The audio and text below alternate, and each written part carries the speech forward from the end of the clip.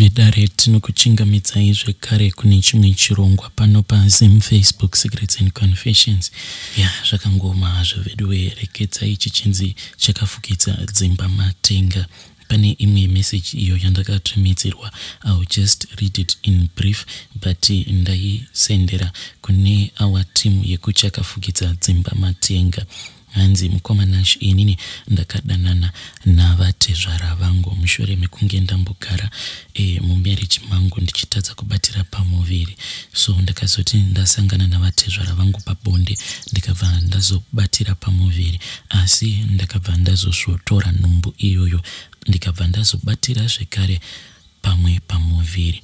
Ndichiri in the process yekuyamwisa mwana wangu uyo wandainge ndazvariswa navatezvara vangu, ndakabva ndazobatira zvekare pamwe pamuviri, zvichirevera kuti inini ndakaita vana vatatu navatezvara vangu.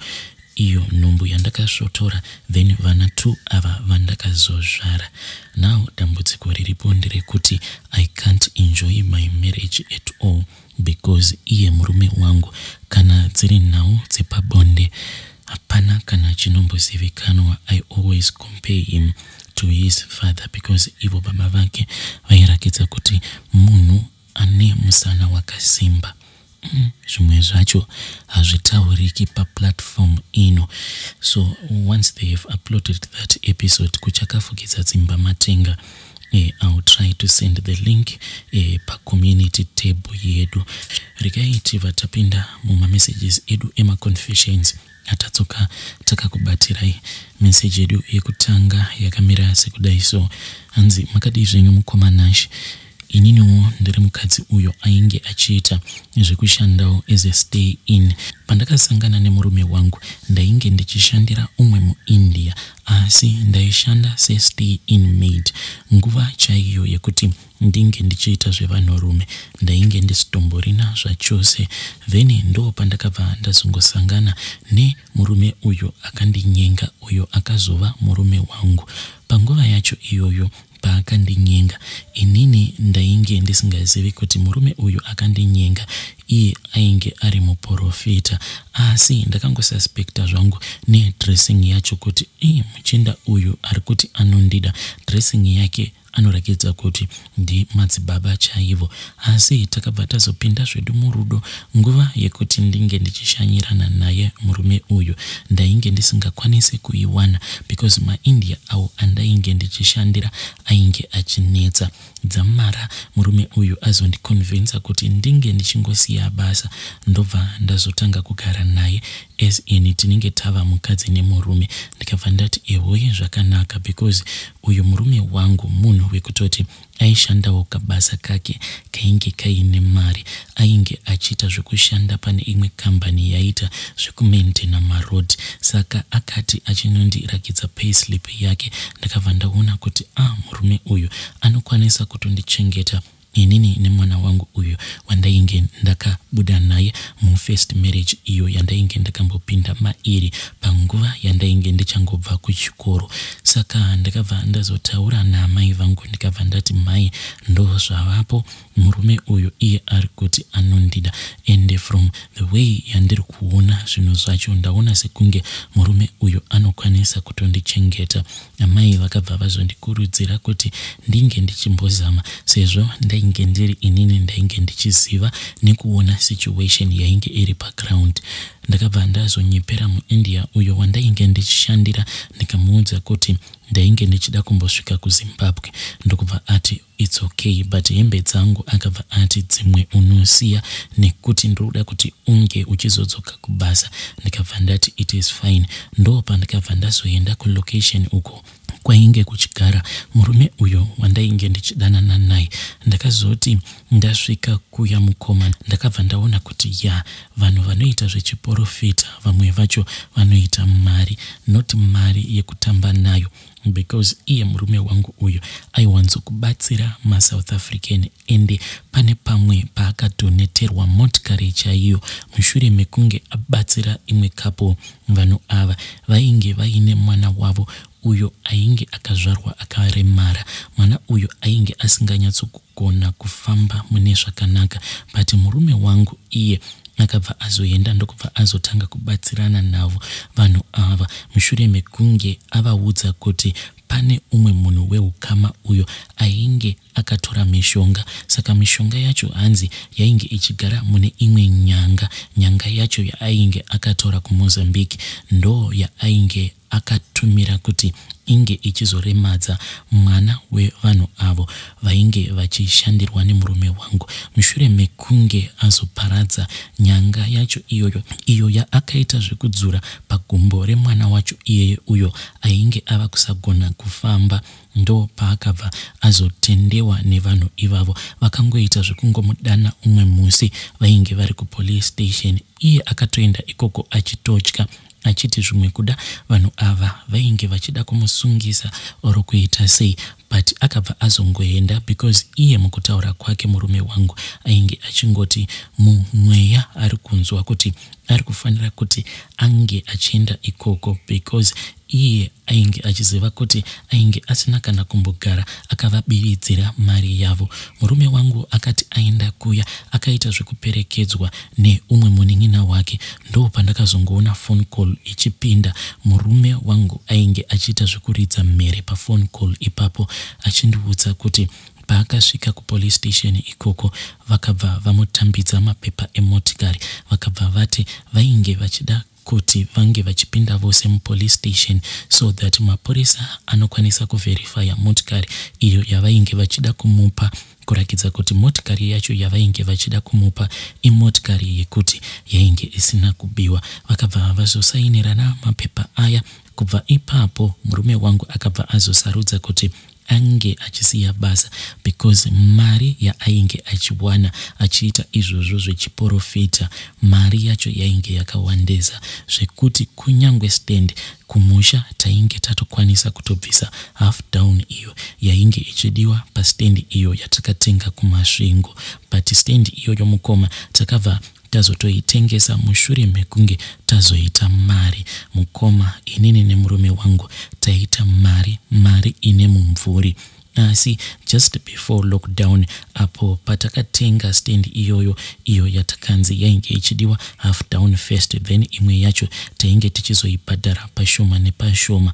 Kwakabva kwazouya lockdown yakati yauya uko murume ainge asiya basa, takabva tazorohwa neimwe nhamo because murume ainge ava kusakwanisa kuti ange achishanyira vanhu sezvaainge achiita before lockdown. Nhamo yakapinda mumba zvekuti kana ndega ndakatombofunga zvekuramwa marriage yacho, but murume akabva azondishingisa akati iye pane umwe munhu uyo waainge achiziva, munhu iyeyewo naye ainge achiitawo zvechiporofita, ndiye aiwanzo kubatsira murume wangu pafoni kana kuri kunzi anenge asangana nekastoma iyo inenge ichirakidza kuti zvinenge zviri pairi zvinenge zviri zvikukutu zvekuti murume wangu anenge asingazvikwanise ari ega. Saka aibva azofonera muporofita uyo ainge ari kuZimbabwe obva azoitirwa minamato pafoni.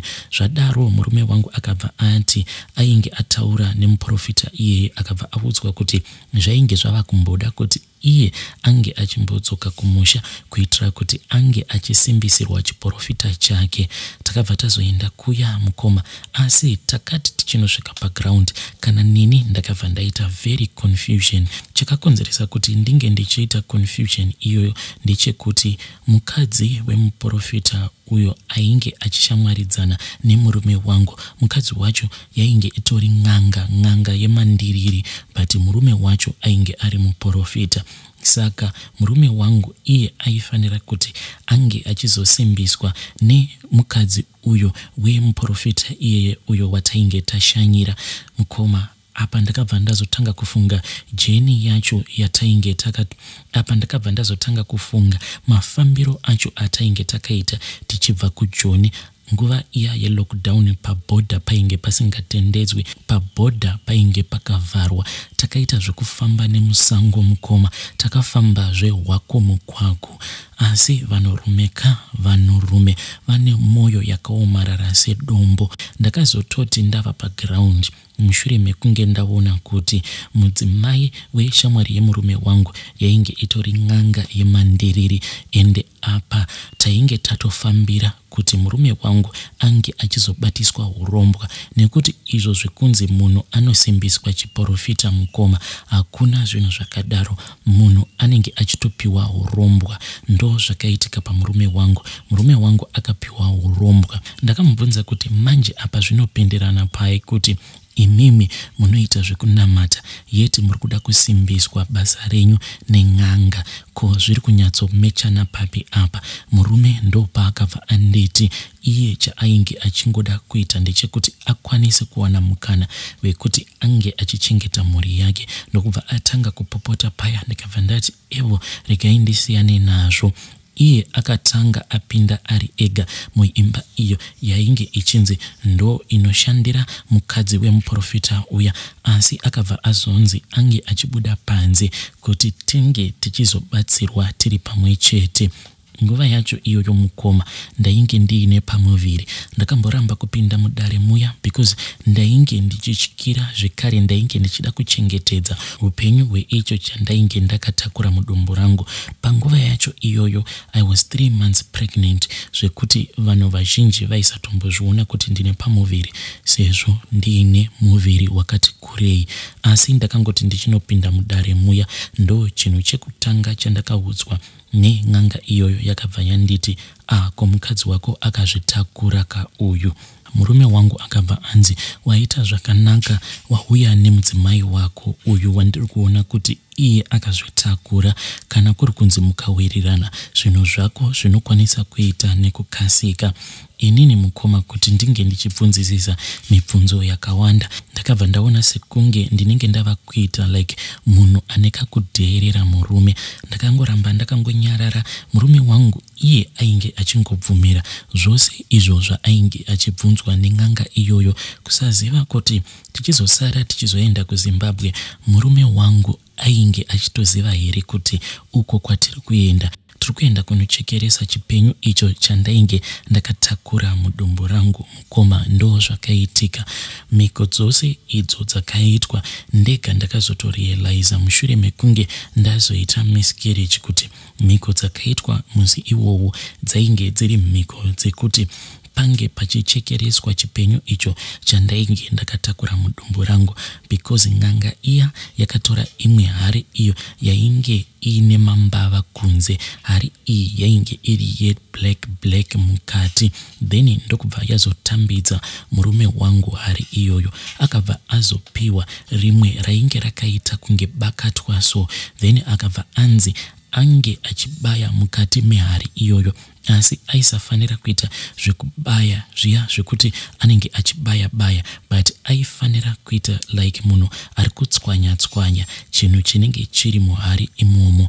Ndo zvaakaita murume wangu. Apedza kudaro ndokubva azoitiswa dzimwe mhiko idzo dzekuti ange achizosimbisa chiporofita chake zvekare nekukwezva macustomers. Takati tapedza kuita zvose izvozvo, ndo patakabva tazokwira tichidzokera kumusha kwemurume, because tichibva kubhodha takangokwira takananga kumba kwen'anga iyoyo. Tapedza kuitirwa mhiko dzese idzo dzatakaitirwa, ndo patakabva tazoenda kumba kwemurume.